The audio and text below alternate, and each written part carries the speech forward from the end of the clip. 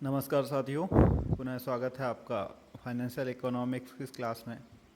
हम चर्चा कर रहे थे मुद्रा परिमाण सिद्धांत के कैम्ब्रिज दृष्टिकोण की या नगद शेष दृष्टिकोण की। उस क्रम में हमने 3 समीकरणों की चर्चा की। आज हम चौथा समीकरण की चर्चा करेंगे जो कि कीन्स के द्वारा दिया गया था। तो कीन्स ने अपनी पुस्तक एट्रैक्ट ऑन मॉनेटरी रिफॉर्म 1923 में अपने वास्तविक या नगद शेष रियल बैलेंस परिणाम सिद्धांत समीकरण को अन्य कैम्ब्रिज समीकरणों में सुधार के रूप में प्रस्तुत किया। उनके अनुसार लोग हमेशा चाहते हैं कि उनके दिन प्रतिदिन के लेन देन के लिए कुछ क्रय शक्ति अपने पास नगद रूप में रखें। क्रय शक्ति या मुद्रा की मांग की मात्रा आंशिक रूप से उनके रुचि और आदतों पर और आंशिक रूप से उनके धन संपदा पर निर्भर करती है। लोगों की रुचि, आदतों और धन संपदा के दिए होने पर मुद्रा रखने की उनकी इच्छा भी निश्चित होगी।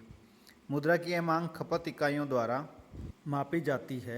एक खपत इकाई को खपत की मानक वस्तुओं या व्यय की अन्य वस्तुओं की एक टोकरी के रूप में व्यक्त किया जाता है। तो भाई खपत इकाइयों के रूप में इस मुद्रा की मांग को व्यक्त किया जा सकता है। और खपत क्या क्या होती हैं? उपभोग की जाने वाली वस्तुओं और सेवाओं का एक कॉम्बिनेशन होता है। यदि के नकदी के रूप में खपत इकाइयों की संख्या है और n संचलन में कुल मुद्रा की मात्रा है और स्मॉल p खपत इकाई का मूल्य है, तो उनके द्वारा जो समीकरण दिया गया केन्स के द्वारा वो निम्न रूप में व्यक्त किया जाएगा कि n बराबर p के। तो n संचलन में मुद्रा की मात्रा, k नकदी के रूप में रखी गई खपत इकाइयों की संख्या और p खपत इकाई का मूल्य है। तो n बराबर p के। यदि k स्थिर मान लिया जाता है तो n मुद्रा की मात्रा में आनुपातिक वृद्धि p मूल्य स्तर में आनुपातिक वृद्धि का कारण होगी। तो यही रिलेशनशिप उन्होंने बना दी इस समीकरण में भी। इस समीकरण का विस्तार बैंक जमाओं को शामिल करते हुए किया जा सकता है। यदि k डैश बैंक जमा के रूप में खपत इकाइयों की संख्या हो और r बैंकों द्वारा रखा जाने वाला नगद आरक्षित अनुपात है, तो अब जो नया समीकरण बनेगा वो निम्न रूप में बनेगा n बराबर p कोष्टक k plus r into के डैश। तो यहाँ पे जो समीकरण बन रहा है उसमें k डैश को भी शामिल कर लिया है। तो अब यदि मान लिया जाए कि k डैश और r स्थिर हैं, तो p और n में पुनः समान अनुपात में परिवर्तन होगा, यानी कि n बढ़ेगा तो p भी बढ़ेगा। तो कीन्स अपने समीकरण को अन्य नगद से समीकरणों की तुलना में बेहतर मानते हैं। अन्य समीकरण यह इंगित करने में विफल रहते हैं कि मूल्य स्तर p को कैसे नियमित किया जा सकता है या रेगुलेट किया जा सकता है। चूँकि लोगों के पास मौजूद नगद शेष या स्मॉल के मौद्रिक प्राधिकरण के नियंत्रण से बाहर है, तब p को n और r को नियंत्रित करके नियंत्रित किया जा सकता है, क्योंकि n भी सेंट्रल बैंक मुद्रा की सप्लाई को नियंत्रित कर सकता है और r भी जो है नगद आरक्षित अनुपात होता है, तो उसको भी सेंट्रल बैंक नियंत्रित कर सकता है। इस प्रकार से सेंट्रल बैंक जो है मुद्रा की मात्रा को और नगद आरक्षित अनुपात के माध्यम से मूल्य स्तर को नियंत्रित कर सकता है। इसी के साथ बैंक दर में उचित परिवर्तन द्वारा बैंक जमा के डैश को विनियमित करना भी संभव है। तो p को n, r और k डैश में उचित परिवर्तन करके नियंत्रित किया जा सकता है ताकि k में परिवर्तनों को समायोजित किया जा सके। यानी कि अगर k में परिवर्तन होते हैं तो उसकी वजह से जो p में परिवर्तन होते हैं उनको कंट्रोल करने के लिए दूसरे चरों का इस्तेमाल केंद्रीय बैंक द्वारा किया जा सकता है। अब बात करते हैं कि इस मुद्रा के परिमाण सिद्धांत के इस नगद शेष दृष्टिकोण में क्या क्या कमियां हैं, क्या क्या आलोचनाएं हैं। तो वही बात है, पहले जो है सामान्य सत्य की उद्घोषणा करता है।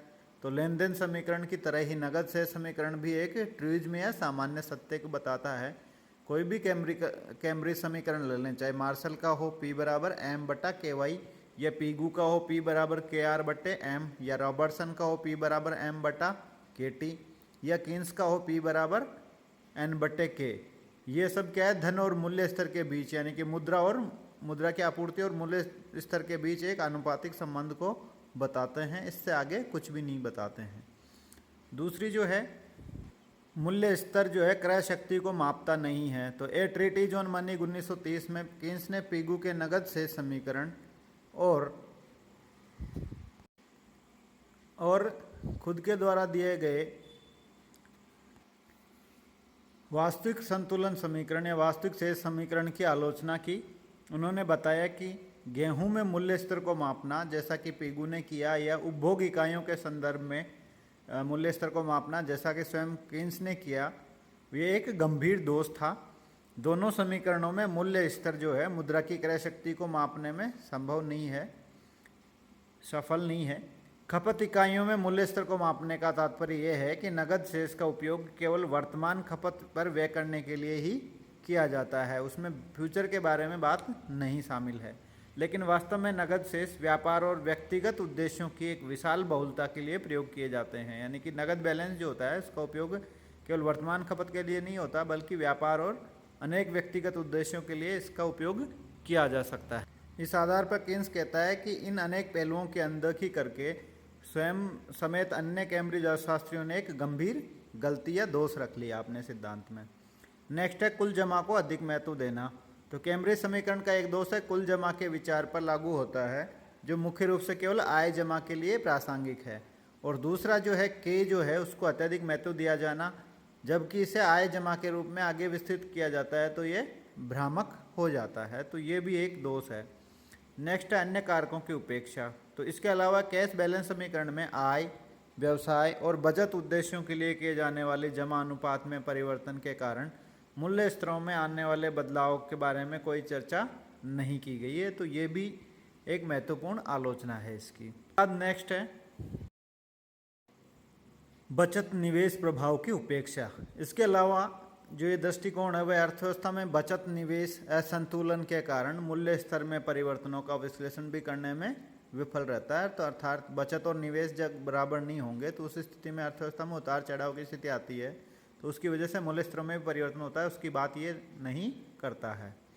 नेक्स्ट है के और वाई जो है स्थिर नहीं होते हैं। तो कैम्ब्रिज समीकरण लेन देन समीकरण की तरह ही के और वाई अथवा आर या टी को स्थिर मान लेता है।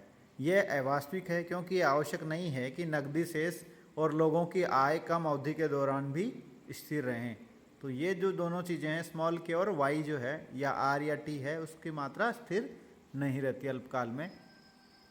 ये भी इनके सिद्धांत की एक कमी है। नेक्स्ट है कीमतों के गतिशील व्यवहार की व्याख्या करने में विफल रहना। तो सिद्धांत का तर्क है कि मुद्रा की कुल मात्रा में परिवर्तन सामान्य मूल्य स्तर को समानुपातिक रूप से प्रभावित करता है, लेकिन ये तथ्य यह है कि मुद्रा की मात्रा मूल्य स्तर को आवश्यक रूप से अनिश्चित और अप्रत्याशित तरीके से प्रभावित करती है। तो ये तो रियलाइज्ड फैक्ट है, वास्तविक है, अनुभविक सत्य है कि भाई अनिश्चित और अप्रत्याशित तरीके से प्रभावित करती है, और इनका मानना है कि समानुपातिक रूप से प्रभावित करती है। इसके अलावा यह अल्पकाल में मुद्रा की मात्रा में परिवर्तन के परिणाम स्वरूप मूल्य स्तर में परिवर्तन की मात्रा को बताने में विफल रहता है। तो अल्पकाल में यह व्याख्यान नहीं कर पाता है। इस प्रकार कीमतों के गतिशील व्यवहार की व्याख्या करने में दृष्टिकोण विफल रहता है। नेक्स्ट है ब्याज दर की उपेक्षा। तो कैश बैलेंस दृष्टिकोण इस मामले में भी कमजोर है कि अन्य प्रभावों की तरह जैसे कि ब्याज की दर जो मूल्य स्तर पर एक निर्णायक और महत्वपूर्ण प्रभाव डालती है की अनदेखी करता है, उपेक्षा करता है। जैसा कि जनरल थ्योरी में कीन्स द्वारा बताया गया है कि मुद्रा और मूल्य स्तर के बीच का जो संबंध है वो प्रत्यक्ष और सीधा नहीं है, बल्कि ब्याज की दर, फिर निवेश, उत्पादन, रोजगार और आय के माध्यम से अप्रत्यक्ष संबंध है। तो यही वो तथ्य है जिसकी कैम्ब्रिज समीकरण अनदेखी करता है, यानी कि वो मुद्रा और मूल्य स्तर के बीच डायरेक्ट संबंध मानता है, जबकि वास्तव में ऐसा नहीं है, ये अप्रत्यक्ष संबंध है। इसलिए ये मूल्य और उत्पादन के सिद्धांत के साथ मौद्रिक सिद्धांत को एकीकृत करने में विफल रहता है, इन दोनों सिद्धांतों को एकीकृत नहीं कर पाता है। नेक्स्ट है मुद्रा की मांग ब्याज की दर से स्वतंत्र नहीं होती है, यह ब्याज दर से बेलोसदार नहीं होती है। तो मुद्रा की मात्रा और मूल्य स्तर के बीच एक कारक के रूप में ब्याज दर की उपेक्षा करने से इस धारणा ने जन्म दिया कि मुद्रा की मांग ब्याज बेलोचदार होती है। इसका अर्थ है कि मुद्रा विनिमय के माध्यम का कार्य करती है, उसके पास स्वयं की कोई उपयोगिता नहीं होती है, जैसे कि मूल्य। तो ये मूल्य के भंडारण कार्य की उपेक्षा करती है। नेक्स्ट है वस्तु बाजार की उपेक्षा। तो इसके अलावा कैश बैलेंस दृष्टिकोण में ब्याज की दर के प्रभाव की उपेक्षा के कारण वस्तु और मुद्रा बाजार के बीच अनन्य आश्रितता यानी कि पारस्परिक निर्भरता को मान्यता देने में नवशास्त्रीय अर्थशास्त्री विफल रहते हैं। पेटिंकिंग के अनुसार उन्होंने मुद्रा बाजार पर अत्यधिक बल देकर वस्तु बाजारों की उपेक्षा की और मौद्रिक परिवर्तनों के प्रभावों के विश्लेषण के परिणाम स्वरूप अमानवीयकरण किया, यानी कि उन्होंने केवल मौद्रिक बाजार को ही दिया ज़्यादा महत्व और वस्तु बाजारों की उपेक्षा कर दी, जबकि दोनों का बराबर महत्व है।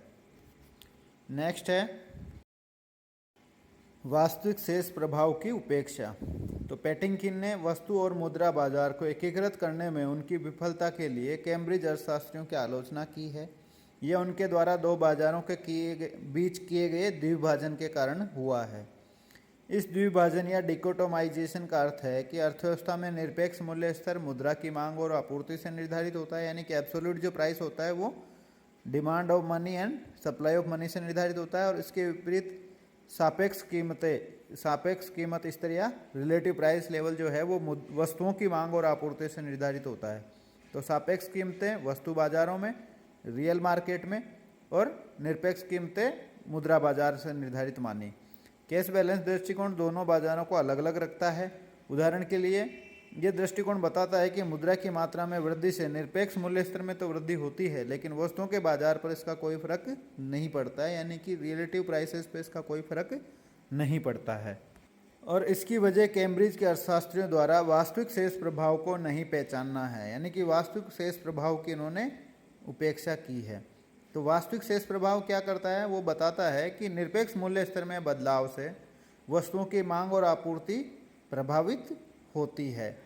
कैश बैलेंस दृष्टिकोण की कमजोरी से नज़रअंदाज करने में निहित रहती है। तो वास्तविक शेष प्रभाव की उपेक्षा करता है, इसलिए ये इस चीज़ को पहचानने में विफल रहता है। नेक्स्ट है मुद्रा की मांग की लोच इकाई के बराबर नहीं होती है। तो कैश बैलेंस दृष्टिकोण यह स्थापित करता है कि मुद्रा की मांग की लोच इकाई के बराबर है, जिसका अर्थ है कि मुद्रा की मांग में वृद्धि मूल्य स्तर में अनुपातिक कमी की ओर ले जाएगी, यानी कि मुद्रा की मांग में 1% वृद्धि होगी तो मूल्य स्तर भी 50% कम हो जाएगा। पेटिंकिन का मानना है कि कैम्ब्रिज सिद्धांत समान लोच को व्यक्त नहीं करता है। उनका मानना है कि इकाई लोच को बराबर व्यक्त नहीं करता है। नेक्स्ट है पेटिंकिन के अनुसार यह कैम्ब्रिज के अर्थशास्त्रियों के वास्तविक शेष प्रभाव के पूर्ण प्रभाव को पहचानने में विफलता के कारण हुआ है। उनका तर्क है कि मूल्य स्तर में बदलाव से वास्तविक शेष प्रभाव पड़ेगा, और उदाहरण के लिए मूल्य स्तर में गिरावट से लोगों द्वारा रखे गए नगद शेष का वास्तविक मूल्य बढ़ जाएगा। तो मूल्य स्तर गिरेगी तो लोगों के द्वारा जो रखा गया नगद शेष है उसका मूल्य बढ़ जाएगा। इसलिए जब मुद्रा की मांग अधिक होती है तो वस्तु और सेवाओं की मांग कम हो जाती है।